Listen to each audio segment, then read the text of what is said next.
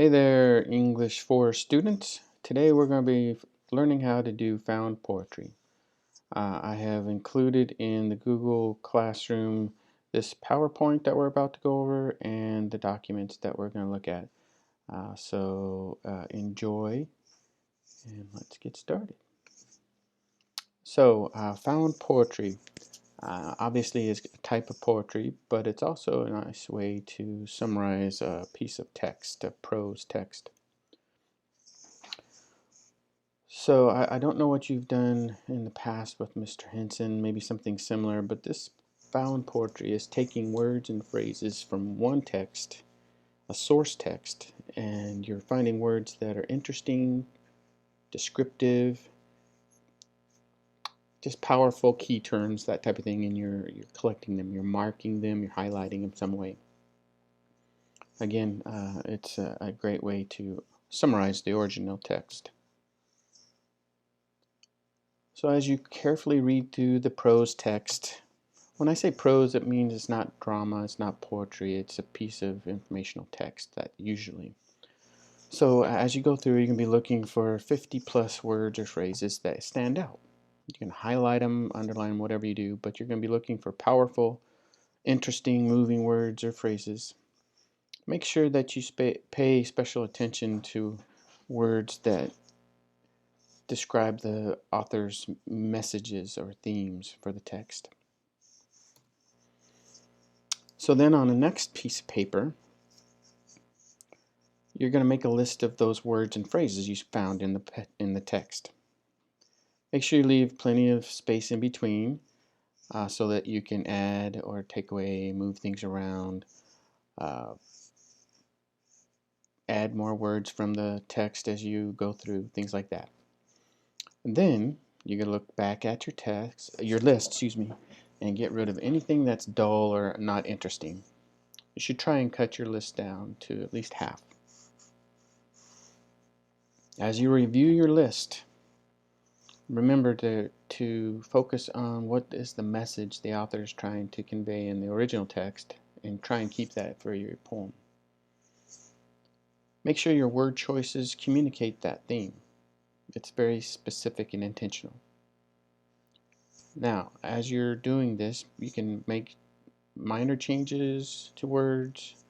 You can change the tenses, make different punctuation, whatever you need to do to make the poem sound like a poem. And you can add a few words of your own to help as well. Make sure you give the poem a title. No, found poem is not going to be a title.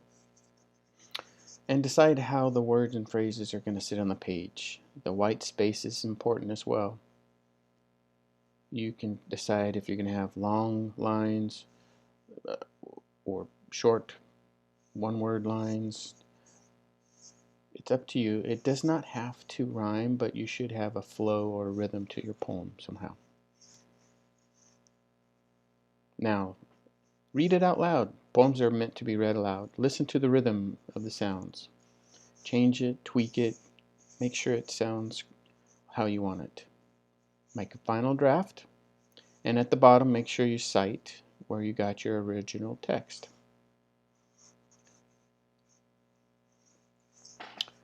I also have some other videos that you can watch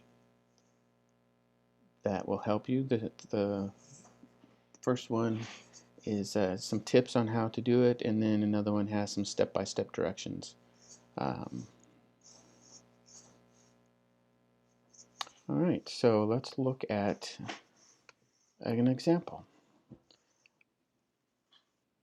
This is Abraham Lincoln's Gettysburg Address. It's a short text, but it's pretty powerful. We're all familiar with it. And so I took the liberty of highlighting some powerful phrases, some interesting words, and tried to keep the theme. So you probably already have, Abraham Lincoln's voice going through your head. 7 years ago, our fathers brought forth on this continent a new nation conceived in liberty and dedicated to the proposition that all men are created equal. I'm not going to read the whole thing, you can read it. But just look at how I highlighted important information. Now, this word here, now, it's not really important, but it kind of adds to the flow of how you're gonna put the words together. Now, dedicated, long endure, met in great battlefield, right? Final resting place, that nation might live. These are all words and phrases that I pulled out. And then what I did is on another piece of paper, I gave it a title, Not in Vain, because that kind of goes with the theme of Lincoln's speech. And then I put those words together and moved things around, added some punctuation to make this poem. So 77, our fathers brought forth newly conceived liberty. All are created equally. Now engaged in war, so conceived in freedom, so dedicated to equality, it tests our endurance. We are met on battlefield, a resting place to dedicate the lives here given, that that nation might live. The living cannot dedicate, not consecrate, nor hallow. The brave, living and dead, have far above our power to add. Never forget this unfinished work they so nobly advanced. We highly resolve, and not in vain, this new freedom shall not perish. So you put your name there and where I got it, and there's the URL. That's what I'd like you to end up with. Have fun with it.